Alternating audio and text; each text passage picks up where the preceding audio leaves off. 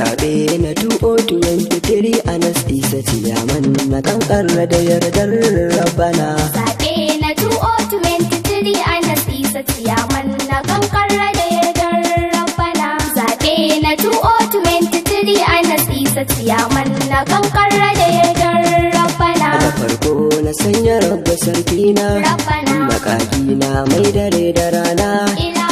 Amince min in yi baitukana, da raira na wake jarimina. Ya Allah ka sanya duk idan na yau baituka su je ko ina su zagaya duka duniya. Zaɓe na 2023 Anas Isa Ciyaman na kankara da yardar Rabbana. Ya Allah ka ƙara yau salati ga shugaba ma'aiki ɗan amina manzo, ka sanyo da alihi sahabbai, in kwaikwayo yake da halin su shi yasa zaɓe da ya zo mu yan kankara Anas Isa kai muke so abban sumayya.